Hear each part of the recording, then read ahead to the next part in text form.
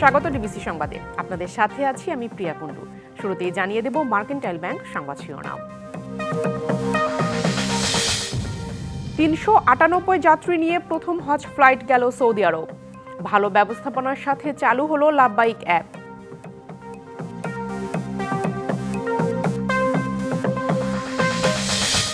Jail খেটে নিঃস্ব হয়ে সৌদি আরব থেকে ফিরেছেন শতাধিক প্রবাসী।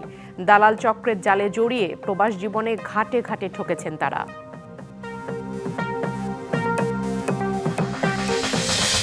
এবারও আছে ডেঙ্গুর আতঙ্ক। চলতি বছর শনাক্ত ২,০০০-এর বেশি, আর প্রাণ গেছে ১৮ জনের।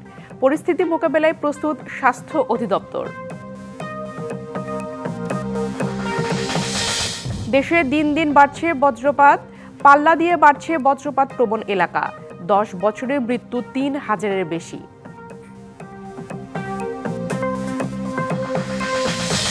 বগুড়ার আদমদীঘিতে গড়ে উঠেছে ঝুট থেকে তৈরি সুতায় ৭০০ কোটি টাকার বাজার।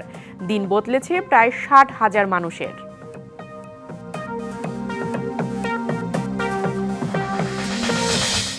এবং কানাডার পরবর্তী প্রধানমন্ত্রী হচ্ছেন মার্ক কার্নি। সাধারণ নির্বাচনে লিবারেল পার্টির বিজয়।